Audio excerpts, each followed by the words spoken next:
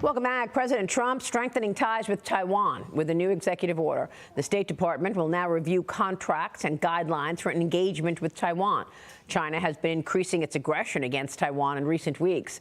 Taiwan boosting its defense spending by $40 billion to counter Beijing's military might, and it's planning to purchase arms and defense technology from the United States. Joining me now, the Gatestone Institute senior fellow Gordon Chang. Gordon, great to see you. Thank you so much for being here. What's your reaction to this move on Taiwan? Well, this is very good on the part of President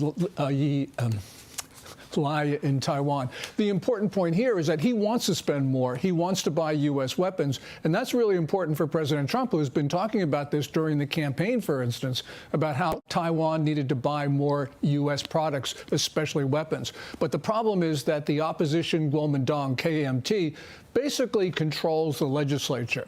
They're the largest party there, and with their coalition partner, they're able to block and water down defense spending. So it's going to be a really important test to see what happens in the legislature. Well, President Trump is making a lot of very positive moves to push back against the aggression from Communist China. And one of them is partnering and strengthening these ties. But China's foreign minister met with his Russian counterpart in Moscow yesterday to reaffirm their global partnership. This coming just hours after U.S. and Russian officials negotiated for 5 hours at the Kremlin yesterday, coming out of that meeting with no agreement on Ukraine. We're still waiting here, but it's interesting to see these red lines being drawn with China cozying up to Russia, continuing to. Yes, and it was no coincidence that you have the Chinese foreign minister, Wang Yi, in Moscow at the same time that Witkoff and Kushner were there. And remember, this is the same Wang Yi that in early July told the EU counterpart, Kaja Kallas, that China does not want the war in Ukraine to end. And there, Witkoff and Kushner are trying to end the war. So you can see that Putin is probably being influenced by the Chinese not to do anything to stop the fighting. Well, it's interesting because China is partnering with Russia at the time that Japan is partnering with the United States. And the U.S. has been able to create many, many more alliances, including Japan, to push back on China as well. Another very important move that President Trump has made. Yeah, Japan is really important because it has a very capable military. They don't call it that. They call it the Self-Defense Forces. China right now has picked this fight with Japan. Japan has not backed down. And the Chinese right now are hysterical. And I think one of the reasons why Wang Yi was in Moscow was to enlist Russia in its rhetorical fight against Japan. Yeah, I mean, Beijing also slamming the United Kingdom this morning as the country once again delays a decision for China to build a mega embassy in the heart of London. The UK will now decide January 20th, citing national security concerns. Now, why would they put a gigantic embassy from China in the middle of London, Gordon? Especially over sensitive cables that run underneath the Royal Mint, which is what China wants to take over. That's 20,000 square meters. Wow. No wonder why they call it a mega embassy. And clearly, Britain should not give approval. Most people think that Keir Starmer, the prime minister, will give approval because he's going to Beijing in the early part of next year, and he wants to have this sort of wrapped up. Okay. But they should not. They should not give approval for that. So let's talk about the U.S.'s relations with China right now. A lot of back and forth over the rare earth minerals issue, but now we've got soybean prices declining as China buys up more American products. That's set to extend into next year. China buying an estimated 2 million metric tons of American soybeans in November during the 2025 and 2026 marketing year. American agricultural products now shipping around the world due to the president's recent trade deals. And Agricultural Secretary Brooke Rollins says China is vowing to stop soybean purchases from Brazil. Watch this. For so long, our farmers, many of them have been farming for government checks instead of moving their product around the world. These trade deals changed that forever. Just a couple of days ago, China announced that they were going to halt all purchases from Brazil because they had found some irregularities in some of the soybeans they're buying from Brazil. And what that means is a continued signal that this country and our farmers produce the best, highest quality soybeans, sorghum, et cetera, in the world. And what you've been able to do is open those markets up. So what do you think, Gordon? Are they keeping their promises on soybean purchases? Well, they're buying more soybeans, but they're not buying enough to meet their commitment of 12 million metric tons by the end of the year. Now, the Treasury Secretary yesterday said, well, China's on track to meet it by February of next year. Well, That's not the commitment. That the wasn't the commitment is the end of this year. So clearly we got a problem. Also, you know, Bessent actually told you when you interviewed him that there would be a rare earth deal by Thanksgiving. Well, that hasn't happened either. So I think China is playing the Trump administration, and it's time for President Trump to start imposing higher tariffs to say to the Chinese, we're not putting up with this delay. Yeah, we'll see about that. I mean, I wonder. You're right. Bessent did say that we were going to see a signed contract. We haven't seen that yet. But I also spoke with the Securities and Exchange Commission Chairman Paul Atkins this week. We met on the floor of the New York Stock Exchange, and we talked about disclosures. He wants to make it easier for companies to go public. But when talking about disclosures, I asked him about disclosures from Chinese companies that are traded on U.S. exchanges. Watch this. So if a stock is on one of the entity lists in America, should an American investor buy that company? Well, we have those sorts of things. You know, the Treasury and the Defense Department and whatnot that put out lists of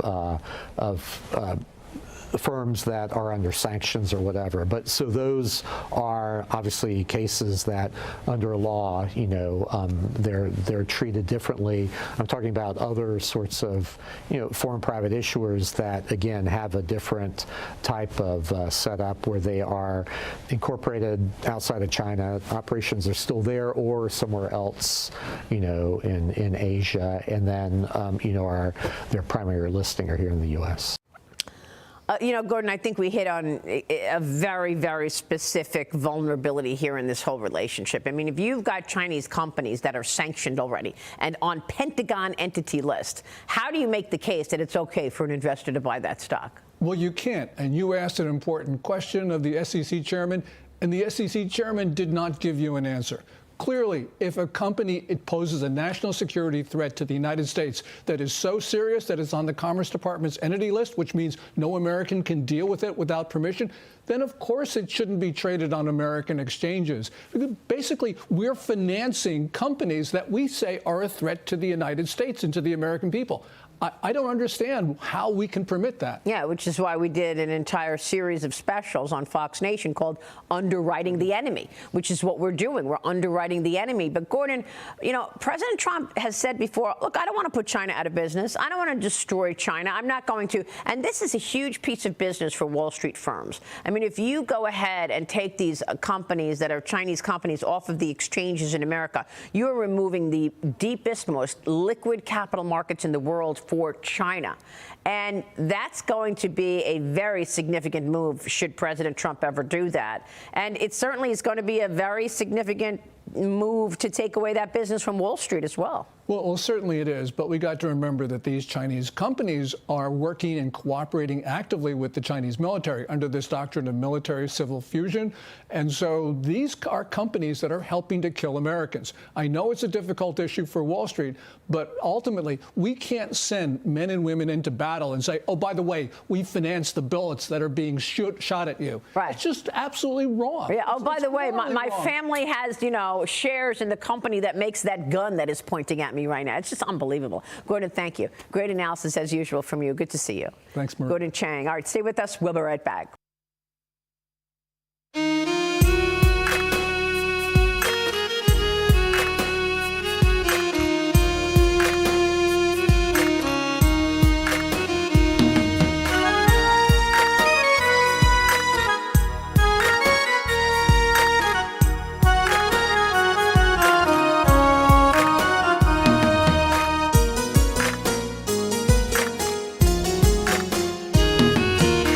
পাগলি রে তুই প্রেম শিখাইয়া পাগল বানাইলি দেহ থইয়া কেন রে তুই মনটা পোড়াইলি পাগলি রে তুই প্রেম শিখাইয়া পাগল বানাইলি দেহ থইয়া কেন রে তুই মনটা পোড়াইলি এখন আমার মনটা পুরে কয়লা হয়েছে জানি না রে কাহার প্রেমে মুগ্ধ রয়েছি পাগলি রে তুই প্রেম শিখাইয়া পাগল বানাইলি দেহ তুইয়া কেন রে তুই মনটা পোড়াইলি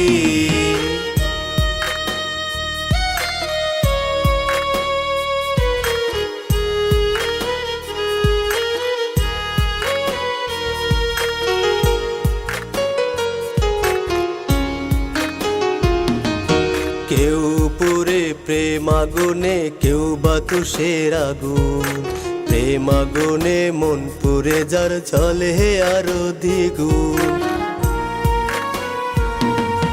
কেউ পুরে প্রেম আগুনে কেউ বা তুষের আগুন প্রেম আগুনে মন পুরে যার চলে আরো দ্বিগুণ কোন আগুনে পুরাইলি তুই করলি বেইমানি দেহ তুইয়া কেন রে তুই মনটা পুরাইলি পাগলি রে তুই প্রেম শিখাইয়া পাগল বানাইলি দেহ তুইয়া কেন রে তুই মনটা পুরাইলি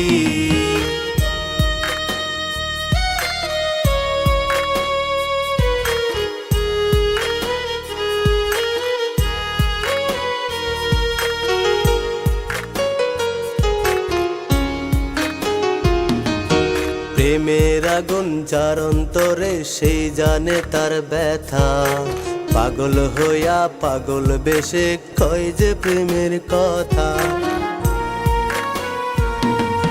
প্রেমের আগুন যার অন্তরে সেই জানে তার ব্যথা পাগল হইয়া পাগল বেশে কয় যে প্রেমের কথা সেই অন্তরে আঘাত দিবি আগে বুঝিনি দেহ তুইয়া কেন রে তুই মনটা পুরাইলি পাগলি রে তুই প্রেম শিখাইয়া পাগল বানাইলি দেহ তুইয়া কেন রে তুই মনটা পুরাইলি হা হা হা হা হা হা হা হা লা লা লা লা লা লা লা লা লা লা লা লা